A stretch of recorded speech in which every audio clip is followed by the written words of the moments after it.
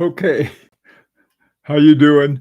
There'll be a little gap. Well, I gotta let everybody know about it. So, anyway, what would you like to talk about watches today? Just put up a topic and we'll take a look at it.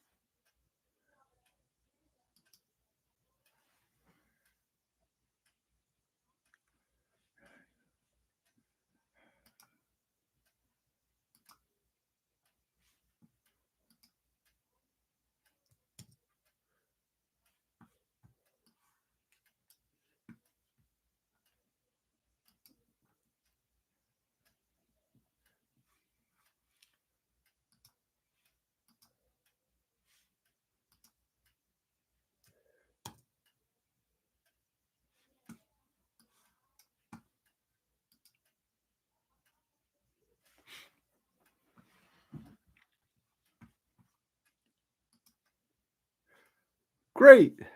Hi, Jose. Hi, Em. Hi.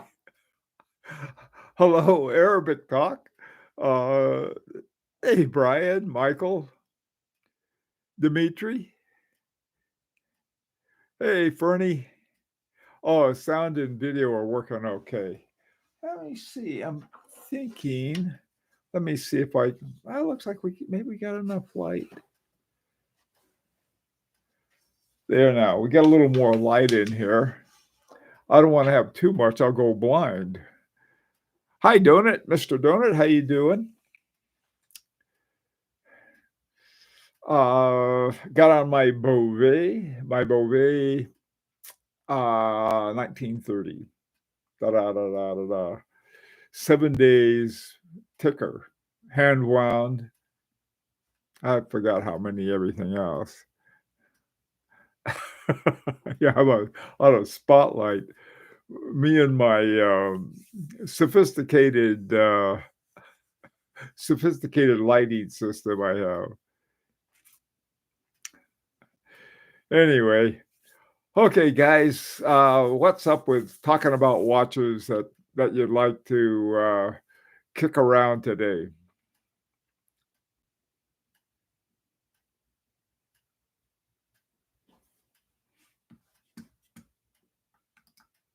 Any ideas? Let's see. Hi, Mr. Donut. Who services your Beauvais? Is it a regular service or do you have to send it to the manufacturer? It's a good question, but I, I, I haven't had it serviced. It keeps great time. One of the things about rotating watches, I try to, this probably gets worn once every 2 weeks, maybe. And so, you figure out, how much time is that? Now, it is wound for a week. And so if I wear it every 2 weeks, it's been a week sort of sitting in the case, just keeping time. So I'll find out when it breaks, when it stops working.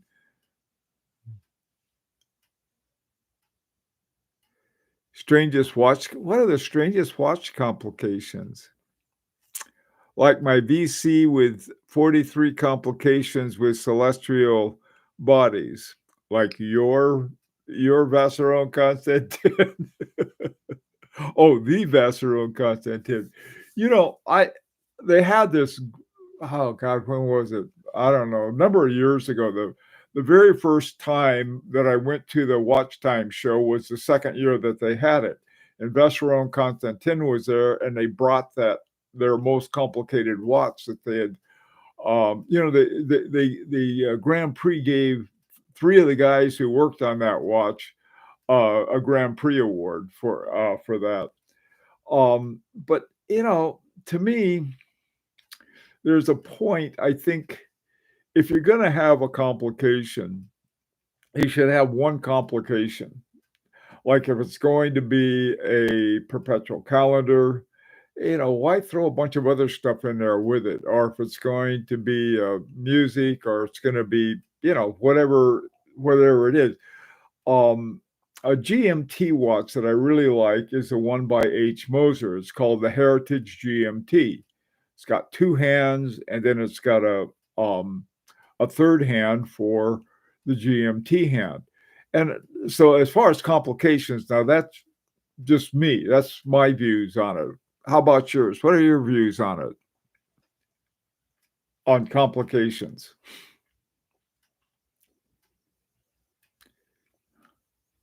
What you're thinking about, I'll give you another example, okay? Oh, there you go. Hi, Jens. How you doing? Um, Another complication that I have is the equation of time. Now, the equation of time is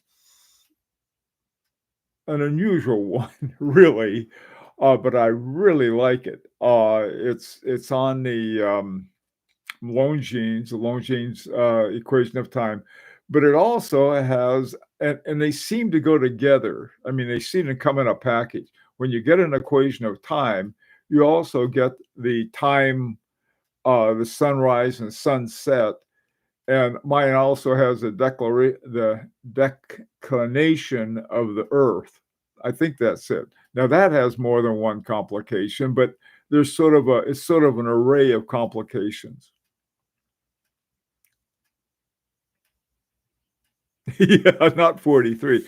I think Mike, what they had, the watch with the most complications, the first time that at least that I know about it, that was sort of put forth as a watch with the most complications was an El Leroy in 1900. And it wasn't until 1989 that Patek Philippe came out with one with more complications. And then in 2013, Vacheron Constantin came out with one with the most complications. I think it is now the watch with the most complications. It's just sort of more like fun thing to do for a watchmaker. Let's see how many complications we can put in here.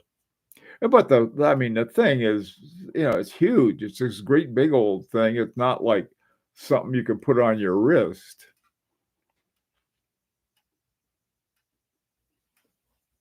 Hi, pocket watch time. Like complications, but not too many in one watch. Yeah, yeah, same here. It's something to. I don't want to be confused. Maybe that's why I'm not crazy about chronographs. It's not so much that they have more than one complication, uh, but they have all these little dials, and then they have the pushers and so forth. Uh, that's not what I'm not crazy about. Certain ones, I like the triple calendar that Vacheron Constantin has, just because I like that watch.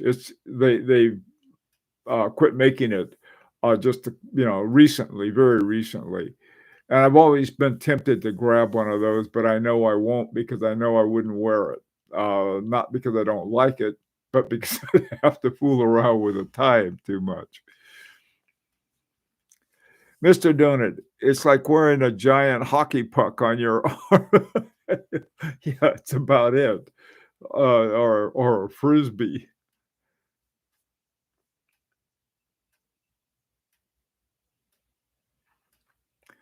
Oh my, what was there are a lot of watches. Oh, that solar time. Yeah, that's what an equation of time is. It has compares solar time with I guess you'd call it clock time or watch time. Solar time is what you get on a sundial. If you put a sundial out, if you don't want a equation of time watches are expensive as all get out. And, the Longines is a pretty good deal, and I think if you can find one, a Braun is also for equation of time. But it's not the kind of thing that you use too much. It's just sort of like, "Yeah, it's sorta cool. I'll see what the equation of time is."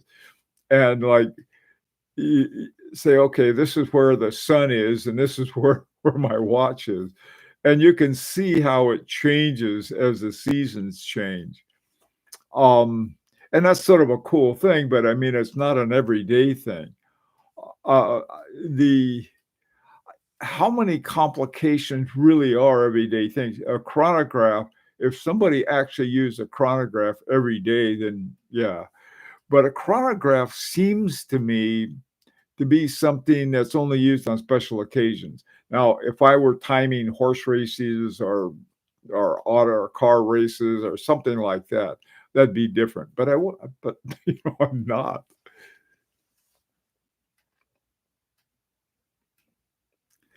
Hi, Dimitri. Let's see. I'd like to love sunrise, sunset. Excellent for photography. Ooh, that's a good idea. I hadn't thought of that, but that is. Yeah, it tells you when it is. There's at least on mine, on the Lone Jeans, it's you gotta look really carefully, it's sort of like one of these things. Ah, let me see now, what is that? Because the way they have it with, these arcs and different things like that that you look into it. But it's fun, you know? Mine is a little different complication. I have a faux brigade that is extremely complicated, but to me, uh, for me, to put the second hand, that doesn't count. That doesn't count, Brian. The faux brigade, I probably broke mine somewhere along the line, or I gave it away. Maybe I gave it to my grandson, but that was a fun watch to make, except for the second hand. I agree on that. Hi, Caesar. Hey, salam to you too. How you doing, Caesar?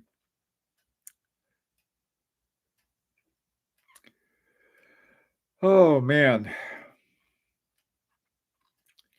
we're finally moving along with our etude number 2. Hi, Goldfinger.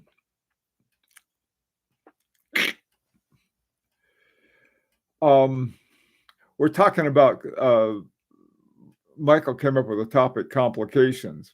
Anything else about complications we can think of?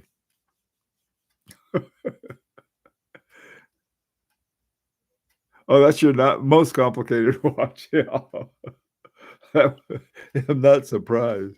It may be worth a lot now that the poor old dollar has taken a really taken a big hit. Let me see what it is today. It's down to 81 against the Swiss franc.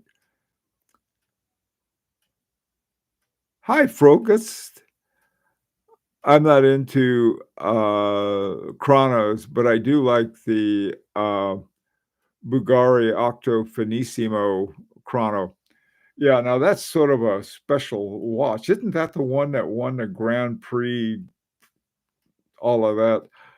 The Bugari is a really interesting, watch. They had what I heard from somebody who I can fairly reliable person, they told me that um, the thinness, uh, that they have was made by Concepto. Who knows? I think the person I talked to would know if anybody would. Hey, Rick B, how you doing? How are things in Texas?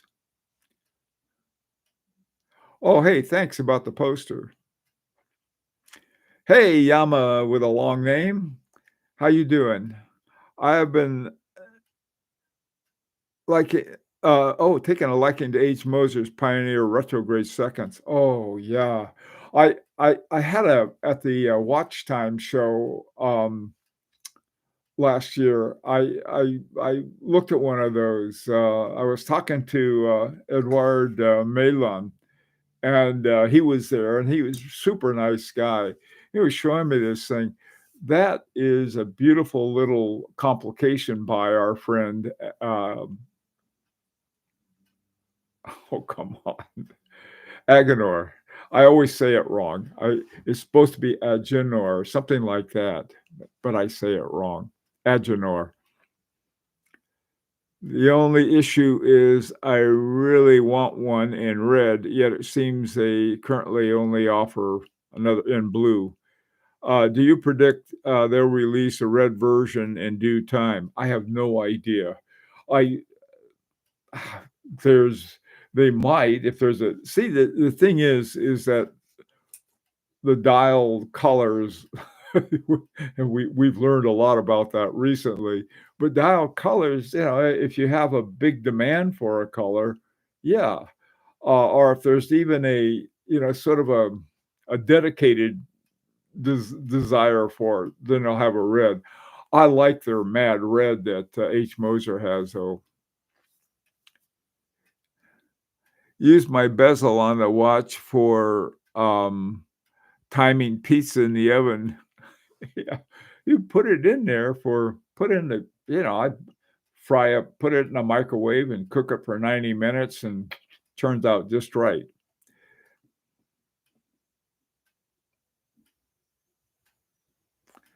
Do I know Macheli Holzman? No, I don't. Caesar. Who is that? Hey, Danny, what's up? They used to make compendiums that had watch, compass. Oh, thermometer, barometer. They were large, I could imagine. Yeah, Dimitri, at one time I was looking for a watch with an altimeter just because I used to fly and it's always fun watching altimeters go up.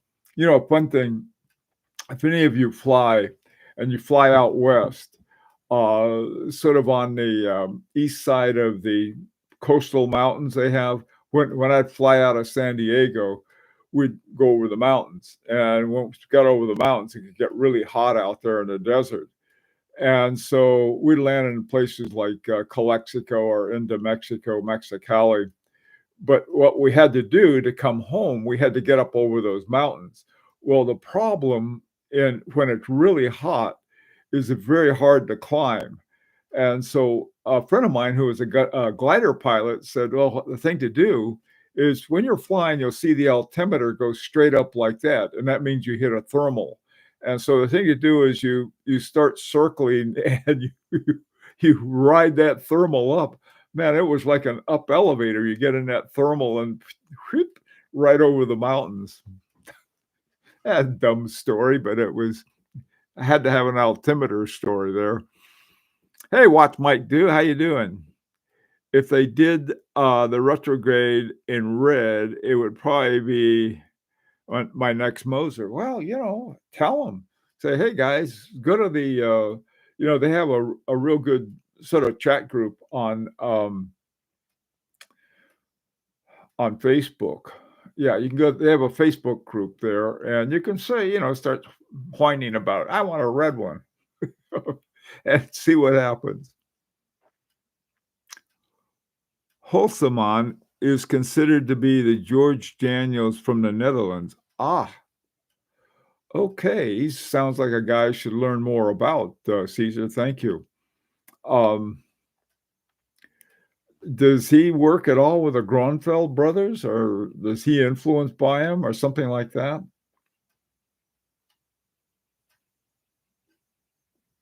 Oris has an altimeter watch. Michael, do they still make it? Is it now?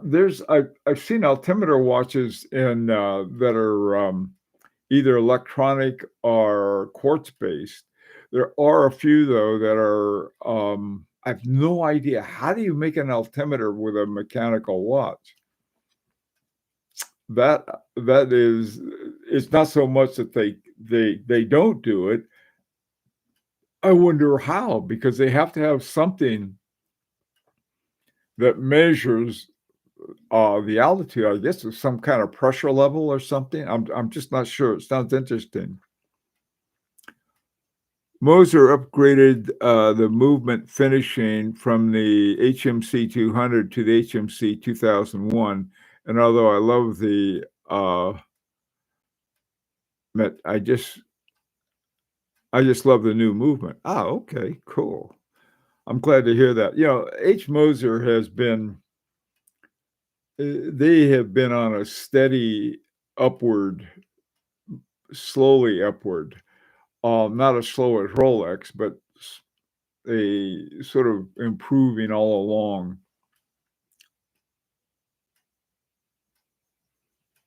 It's in their pilot collection. I will look it up. Yeah, they use barometric pressure. For barometric pressure, Michael, you need something to gauge it, and I have no idea how you gauge it. All I know is on my airplane, we have whoop, go like that, or it's the other way. Boy, I tell you, it's airplanes don't like the ground; they like to fly.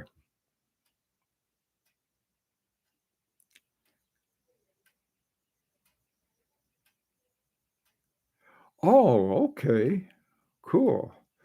You know, I'm glad they do that. I really am. Hi, JGH. How you doing? Good to see you. Good morning. You got your sunrise there. Holzman is a self-made watchmaker, starting at only 600,000. 600,000 euros, I imagine. A self-made watchmaker. Wow. I think Vincent Calabrese is too, if I'm not mistaken. Calabrese was born in Italy in 1944, and I don't know where, but most of Italy was pretty torn up at that time because it was still in the middle of World War II, and either the Germans or the Allies were blowing things up, and so he came into it with a lot of damage going on.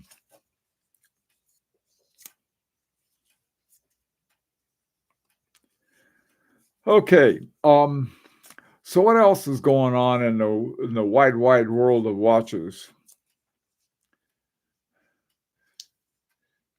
There was something that somebody was telling me about the Land Dweller, the Rolex Land Dweller. Not only had they have that new escapement, which I happen to really like, they stuck in the silicon, but they added one other thing to it too that was sort of an interesting thing horologically. Forgot what it was. Does anybody remember that? They had the I don't know, whatever their new escapement was they have the two escape wheels, but then they have a lever, which is sort of so much for a natural escapement. But there was a third thing that somebody said, oh, they also did something else. I don't know what it was though. Hey, I tell you something it's going to be interesting. Anybody have any bets on whether Urban Jurgensen really will be coming out this year? They've been promising that, I think, since 2022 or 2023. It hasn't happened yet. Hey, David, Rolex calls it Dynapulse escapement. And that was it. The other thing was they jacked it up to 5 hertz. Yes, the higher the hertz, they're more forgiving, the watches, and keeping good time. Fabe Luba and Review Thoman made mechanical altimeter watches. Oris did too, and Oris have recently released it, I think. Cool. Yeah, uh, Fabre-Luba, they've done some interesting stuff. I have a couple of their, dual barrel watches, and, they're ones I got. I think they may have they were the ones I got, I'm pretty sure was while they were owned by Tata, which recently sold them. But they had double barrels in parallel, which I thought was it's really cool. We're organizing an event at the Dutch Embassy with all Dutch watchmakers uh, on 29, if anybody is around. Only Groenfeld refused to come.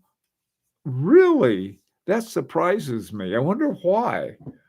I mean, of all of the Dutch watchmakers, you'd think that um, the Groenfeld brothers would be the ones who'd most want to be there. That's too bad. Is Christian Vanderklaw going to make an appearance?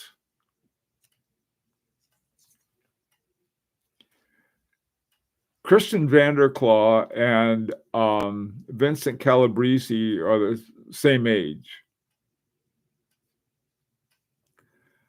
Hi, Olu. How you doing?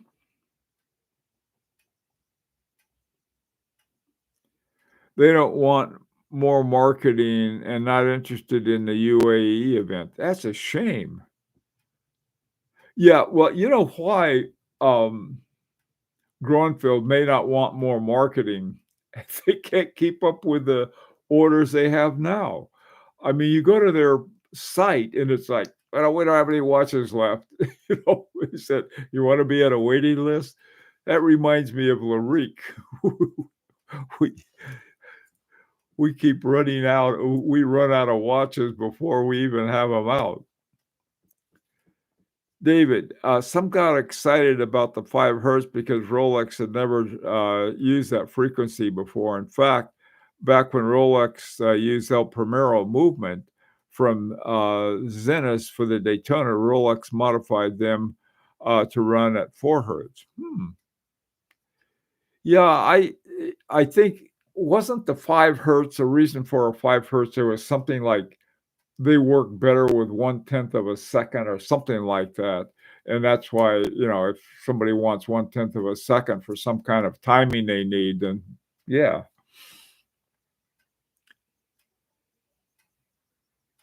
Yes, KVDK will be there.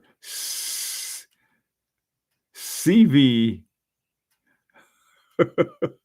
CVDK, not KVDK. He won't be there himself. Oh, yeah, he hasn't been around. I haven't seen him for a long time. 5 hertz beats at 10 beats per second, so they can be able to time a tenth of a second. Okay, well, that makes sense. Um, I just I just like the lower ones. Give me something that's 3 hertz or less, and I'm happy. Anything over 3 hertz, and yeah, they work fine. I've got I've got one with a Frederick Piguet that was originally 3 hertz, and they decided to jack it up to 4 hertz for some reason. Keeps great time. I just like the lower hertz rate. Oh yeah. Hey, find that out. I would like to find out, Caesar. Yeah, I sort of I don't want to see which one of us is older. Not that it matters. Um, his watch building is better than mine. Been getting ready for the 2025. It'll be on November 13th. 2025 will be when they have the Grand Prix, and been getting ready for it and recommending different watches to be considered for the Grand Prix and so on and so forth. Now that oh, hey, by the way, too, this is what they got. And I'd wanted a beret. For those of you who are a member of the Academy, I think they're like 1,000 now. for those who are GPHG Academy members, they have a hat. They have this, they have a, they have a it's a baseball cap made out of wool, and it's not one of the ones where you can adjust it, but it's just sort of this wool cap. It's by this famous hat company, Bosolero or something like that, but a baseball cap. Why not something cool like a beret, um, or a newsboy cap, something like that? But a baseball, this wool baseball cap. That'll be fun. And boy, they 185 Swiss francs for. But anyway, did I order one? Of course. I don't have any sense.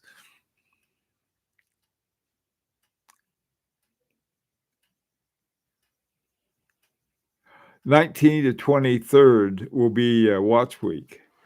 Oh, I'd love to go to that. I really would. I there's if I'm very, very lucky, I'll be going to the GPHG this year, but if I'm not, I won't be. See, whether my like I went last year and it was great, mainly seeing all the guys at Aganoir and just just hanging out and stuff. Had a good time with that. Dubai Watch Week. Yeah, I would like to go to that. Dubai Watch Week. Yeah, that'd be sort of fun. Okay, let's see. Hey, I'll tell you something that'll be coming up not too soon. If you're going to be in New York in around October-ish, sometime in October, that's when the Watch Time show is. And every year at the Watch Time show, it's we really have a great gathering. A bunch of guys um, from the Larique group. We always meet there at some time. We found ourselves upstairs there's sort of a little alcove upstairs with our own bar. So naturally, that was where we all hung out. But the thing was that we were right next to Kari Voutilainen. I met Halter. I'm what's his name?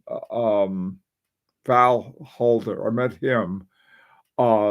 Christine Hutter from Maritz Grossman. Sort of just this little alcove upstairs. Then they have a little bar. It's sort of we met up there. We were supposed to meet up there a little later, but we got there earlier, and so we just stayed there the whole night. I missed most of the show just yakking it up with these other guys. That's a lot of fun. I don't think they're out yet. They'll be out. They'll be out. I tell you, if the one that I go to is the one Friday night because it's a cocktail party with an open bar. They have it's they always sell out. It's not quite as crowded as it is on Saturday and Sunday, but it just sort of flows. It's a lot of fun. I enjoy that, and it was I tell you, I've seen a lot of people. There were some people I'd like to meet. Um, and uh, last year, I got to meet a lot of the guys from Larique, uh, and other people who just were hanging out for different reasons. But it's just a lot of fun. Hi, Chill Burger.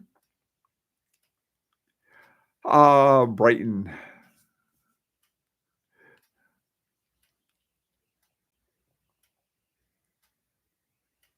Yeah, 1944. Yeah, that's all I could find too. Like I said, he and uh, Vincent Calabrese were the same year. Great year. Hey, James. Oxford Massive in the chat. Always good to have Oxford Massive. What is Oxford Massive? By the way, I used to have an account at Blackwell's years ago. Now that's in Oxford.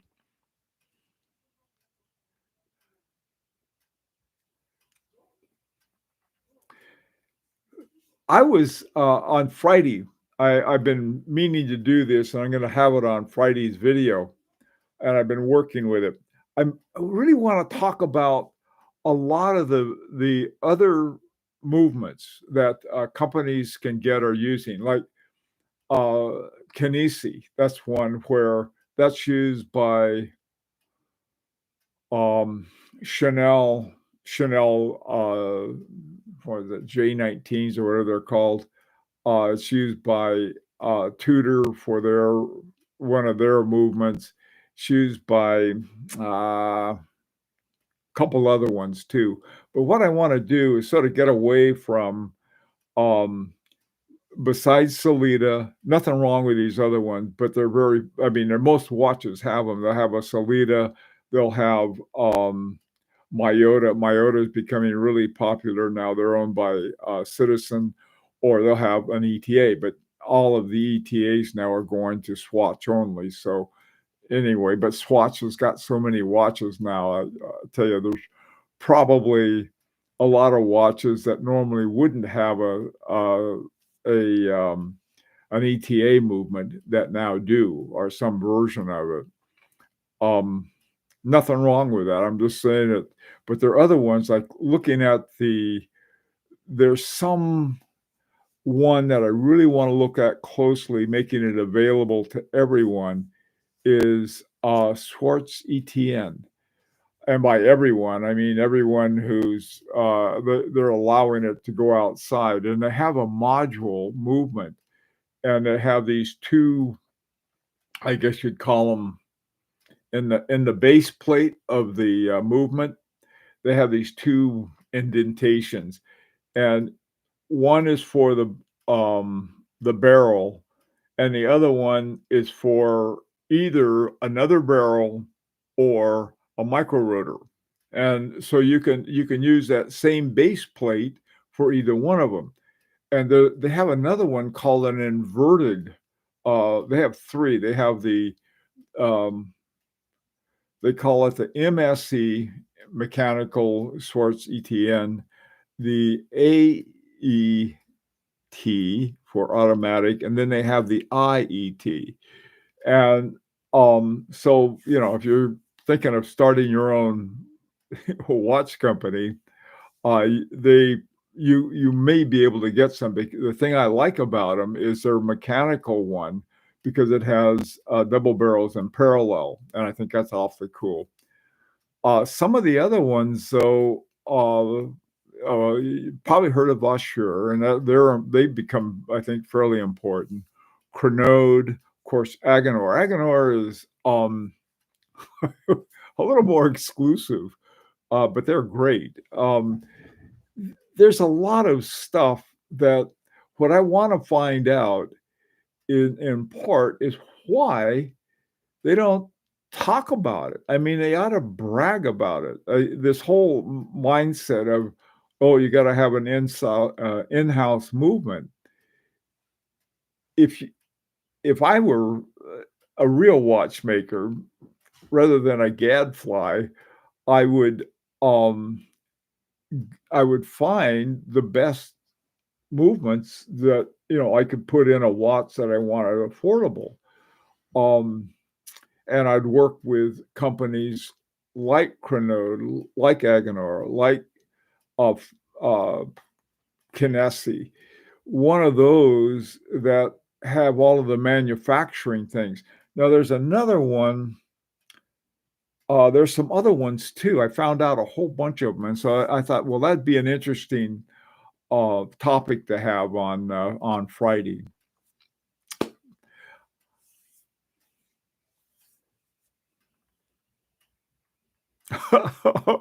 Oh, James, you like Blackwell, huh? Yeah, I had a I had a mix up at Blackwell's one time. There was something that um and so I went there. I was in England on something totally different, but I thought, well, I wanted to go to Blackwell's anyway because I like it so much. So I went to Blackwell's. I said, I have this little issue that we had, and I thought it was straightened it out. And I said, it's all straightened out. That was it. So I've got nothing but good things to say about Blackwell. Hey, Damon, you ever considered uh, Urtel SA movements? I don't know what Urtel movements are. I'm not saying that they're good or bad 'cause I don't know anything about them, Damon. I've got right now. It seems that um, Agenor is one that we like to work with the best. I I thought of doing something, actually something more with Agenor myself. Um, for developing, this is what I'd like to do with Agenor or somebody else, but Agenor would be my first choice, is work with them to develop a base movement, okay? Something that some other watch companies that wanted to make a watch, let's say, for around $5,000. Now that's not easy to keep in business with, I mean, a really good movement. And it maybe get it down to $1,000 movement, and even that wouldn't be easy with the kind of quality that you have at Agenor. I don't know. I don't know if that would be possible or not, but then it would be more available to everyone, I think, or to collectors. Um, there's some other ideas too, but you know, I can. Um, there's Crenode has one, but see, this is what I'm hearing. I'm beginning to hear anyway. I'm beginning to see some of these other quality movement makers that will make movements for other companies are just jammed up. I mean, they are like super busy with customers. Agenor has three types really. They got people who they make the entire movement for, like Larique, and they probably have some other ones that they decide is none of our business. They make movement modules for other companies, like Fabergé, and they used to make them for Van Cleef and Arpels, but I think Richemont decided that their Val Fleurier could do anything that Agenor could do, and so they're probably not going to be doing much with Agenor anymore. Then the third ones is that they make movements and movement parts for they have an arrangement with a type of partnership with H. Moser. And so anyway, I'm working on something. I shouldn't say I'm working. I'm trying to weasel somebody else into working something. Your Lefebvre are parallel discharge. That's right. Yes, James. I love my dual. All three of them. One I broke, but I still have two left. Stuart, please talk about tourbillons. I made my own tourbillon. Okay. All right. We'll talk about tourbillons. Let's see what the other ones are. Urtelsa is Streller's company. Damon, thank you. Now I know what it is. I didn't realize they were making movements for other people. Uh, I can imagine they're not a bargain movement. You know, a movement I really like and find out more about is Sopard. Any updates on Jurgensen? Seems like the watch companies are overflowing the market. Well, the that was what I asked at the outset. You know, what about Urban Jurgensen? Are they really going to be coming out again this year? They produce movements for independence. Oh, I believe you. I didn't realize that though.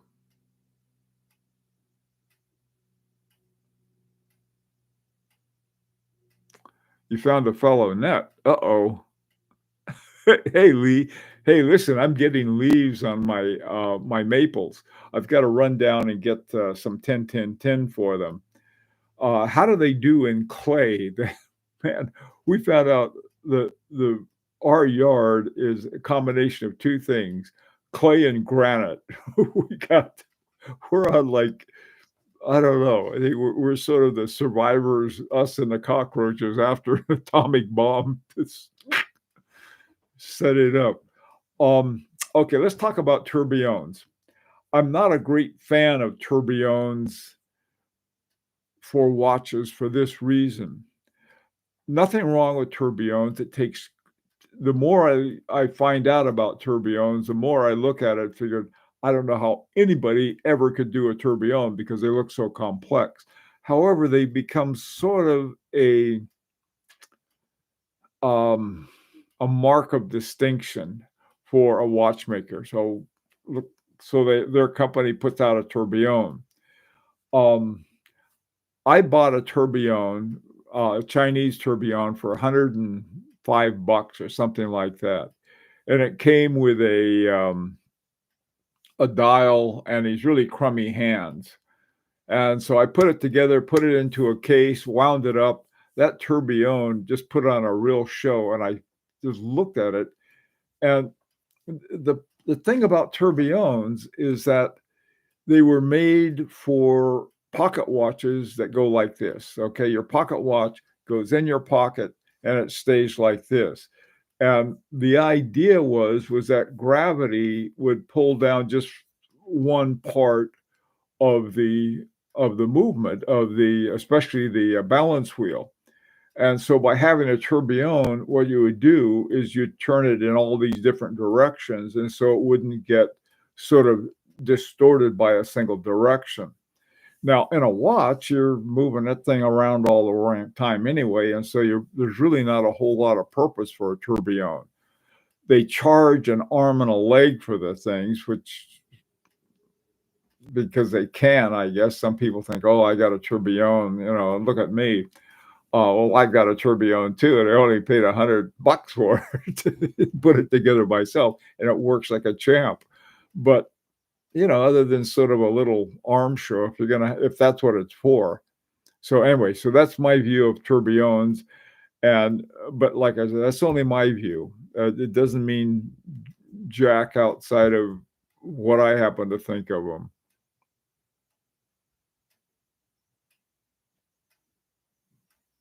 Yeah, they're used for small second indicators, right?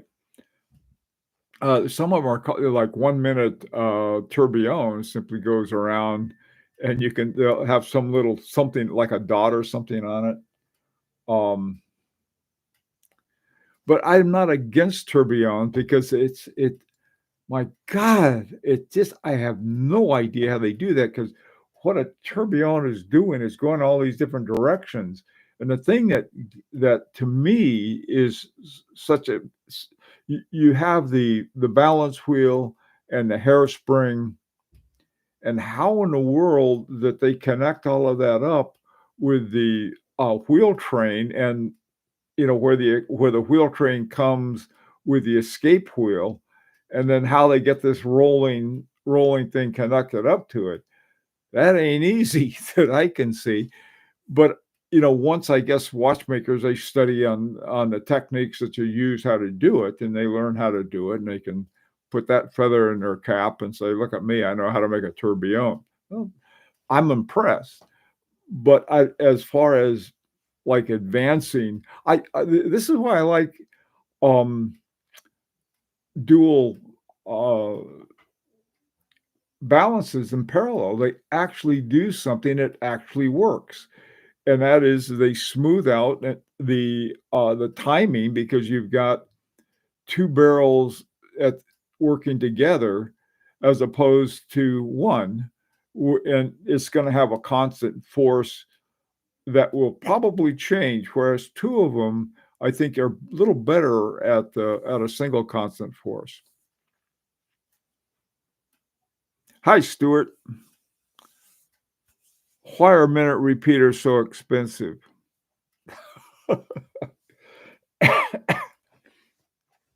Minute repeaters. I don't know where they get that name from, minute repeaters. other than they hit the dong or gong or bell or whatever music they come up with.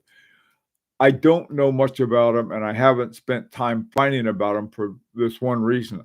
I've got really crappy hearing. I have terrible hearing. It just I've all my life I've had bad hearing. It has nothing to do with age. Not that age improves it any. Even even the hearing aids they got for me pooped out, so I got to get those fixed. My wife is, oh, I didn't get those fixed. Sometimes quiet has its advantages, I might add. Equation of time. My opinion on equation of time. I tell you, equation of time, I think that and things like the moon phase are really interesting. Okay, they're interesting sort of in a broader sense of time and where timing came from and how they refined it to what it is today.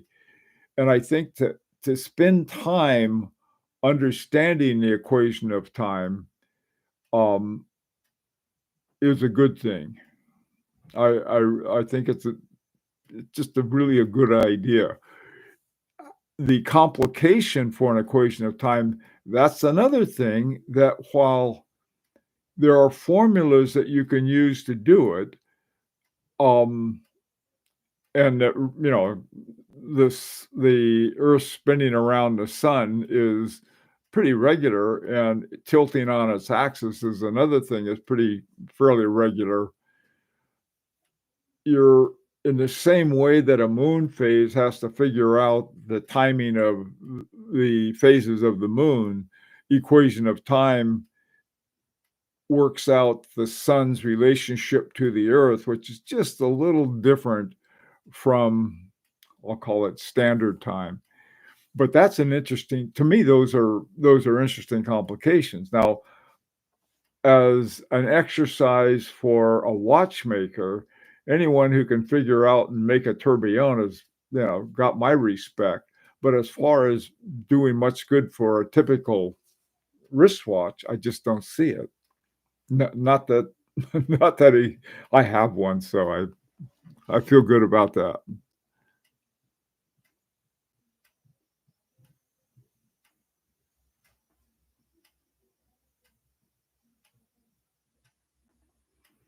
Yeah, um, Mr. Dunn, are you referring to um, tourbillons or to equation of time or which ones is that? On both of them, well, especially on the well, they're both complicated. Oh, minute repeaters, yeah. How is basic ETA movement modified to chronometer and CSOC standards? That's a good question. What you have with COSC is that's another thing I think that's important to really understand and where it comes from. Now, it's all done electronically now. What they used to use are observatories, and the observatories, they would have some planet or something, some some configuration of the stars, and they knew the exact timing that the stars would keep your exact timing or some astronomical movement.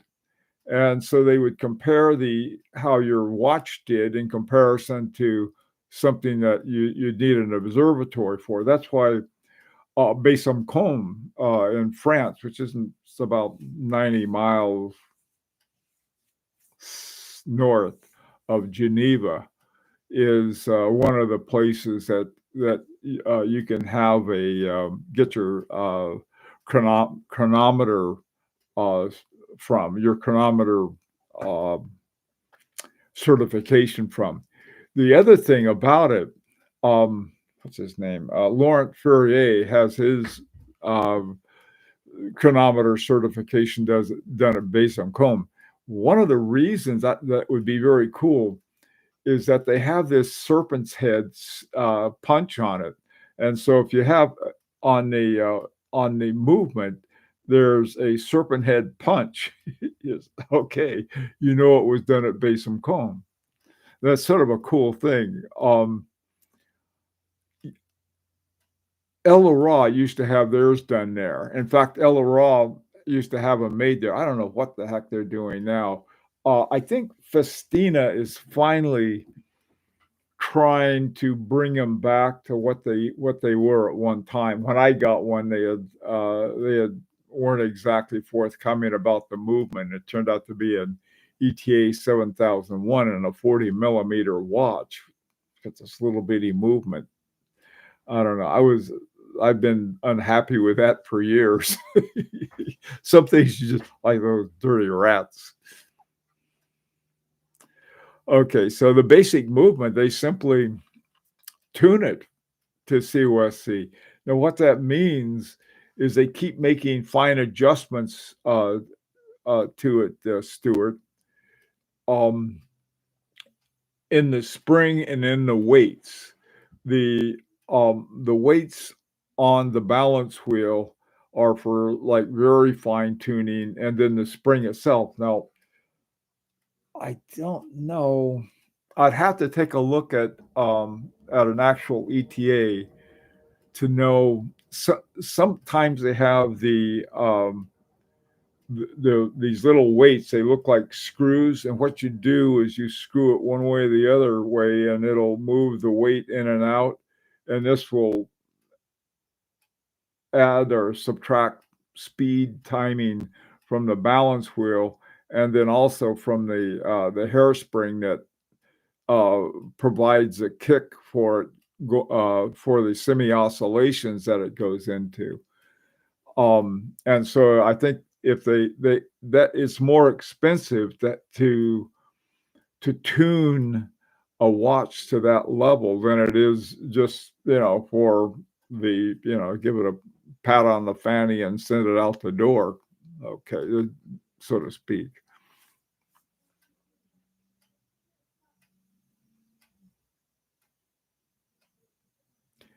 That Remy Cools. Yeah, hey, listen, I love Remy Cool stuff. I wouldn't get in line to get one of his tourbillons, but one of his other ones I wouldn't mind at all. Yeah, minute repeaters. Yeah, those are like I said, they're very cool, but I couldn't hear them, so it's not something that I would, unlike a tourbillon. I got my tourbillon. That was and they are a marvel. They really are, and they're fun to watch. And like somebody pointed out, Michael pointed out, I think they're usually as a for seconds timing. The one I have does everything. Hi, Mark. How you doing, man? Oh, what else is up? Uh-oh. I'll tell you what's up. My time just about. Um, my wife gives me a little more time when I have these unannounced ones. So, but even that's running out. Well, look, guys, I'm going to be working on Friday. I'm going to have that thing on movements. I think it's important. I know that it's not a big thing like lots of people are interested in it, but maybe some of you guys would. Thanks again for coming today and having some great things to talk about, and hope to see you next time. Take care.